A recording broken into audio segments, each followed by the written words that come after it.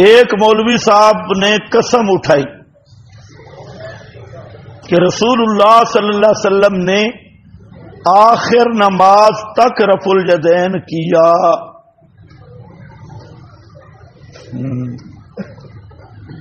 آخر نماز تک رفع الیدین کیا.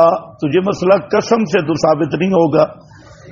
اس مولوی صاحب کو کہو کہ ایک حدیث، صرف ایک حدیث جس کا یہ ترجمہ ہو کہ نبی کریم علیہ السلام نے آخر نماز تک رکوع جاتے، رکوع سر اٹھاتے اور تیسری رکعت کی ابتدا میں رفع الیدین کیا.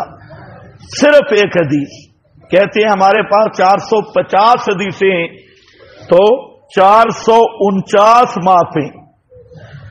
صرف ایک حدیث جس کا یہ ترجمہ ہو کہ نبی کریم علیہ السلام نے آخر نماز تک رفع الیدین کیا، اس مولوی صاحب سے وہ حدیث آپ لکھوا لے آئیں.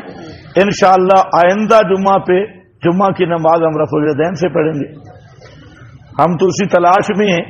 رفع الیدین کرنا کوئی اتنا مشکل تو نہیں، 2 دفعہ ہاتھ ہی یوں کرنے پڑتے ہیں، اتنا مشکل نہیں ہے. لیکن دلیل درکار ہے. جو ان کا دعویٰ آخر نماز سے رفع الیدین کیا اور ترک رفع الیدین پر ایک بھی روایت نہیں. ہاں یہ بات کہنے سے پہلے ذرا نذیر حسین دہلوی سے مشورہ کر لیتا. نذیر حسین دہلوی اہل حدیث حضرات کے شیخ الکل ہیں، امام الکل ہیں. تو انہوں نے صاف لکھا کہ رفع الیدین کی روایتیں بھی ہیں، ترک رفع الیدین کی روایتیں بھی ہیں. اس لیے اس مسئلے میں لڑنا جھگڑنا تو یہ کسی معقول آدمی کا کام نہیں. باقی ترک رفع الیدین کی روایت مسلم میں بھی موجود ہے جس میں آپ نے منع کیا رفع الیدین سے، اور رفع الیدین کو سکون کے منافی قرار دیا، سکون فی الصلاۃ کے. اور ترمذی میں حضرت عبداللہ ابن مسعود کی روایت وہ بھی موجود ہے، اور وہاں امام ترمذی حضرت عبداللہ ابن مسعود رضی اللہ تعالی عنہ کی روایت نقل کرنے کے بعد جو تبصرہ کیا وہ سننے کے قابل ہے. وَبِهِ يَقُولُ غَيْرُ وَاحِدٍ مِّنْ أَصْحَابِ النَّبِيِّ وَالتَّابِعِينَ کہ یہ جو رفع الیدین کا مسئلہ ہے کہ صرف تکبیر تحریمہ کے ساتھ رفع الیدین کرنا اور پھر پوری نماز میں رفع الیدین نہ کرنا، یہ مذہب کس کا ہے؟ بے شمار صحابہ اور تابعین کا. امام ترمذی رحمہ اللہ نے خود تصریح کی ہے اپنی جامع میں، اور پھر حضرت عبداللہ ابن عمر کی روایت مسند الحمیدی میں موجود ہے صحیح سند کے ساتھ.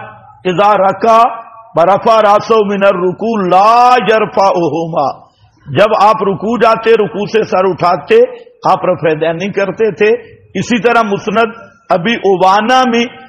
تو یہ عجیب بات ہے کہ نام اہل حدیث رکھا اور بارے کی حدیثیں مان لی اور جو خلاف ہیں وہ چھوڑ دی، اور ساتھ یہ بھی کیا ترک رفع الیدین پہ روایت ہی کوئی نہیں. اور جو دعویٰ کیا ہے، جو اصل مابین نزاع ہے کہ آخر نماز تک آپ نے رفع الیدین مقام مذکورہ پہ کیا، اس کے لیے صرف ایک حدیث 449 معاف کر رہے ہیں.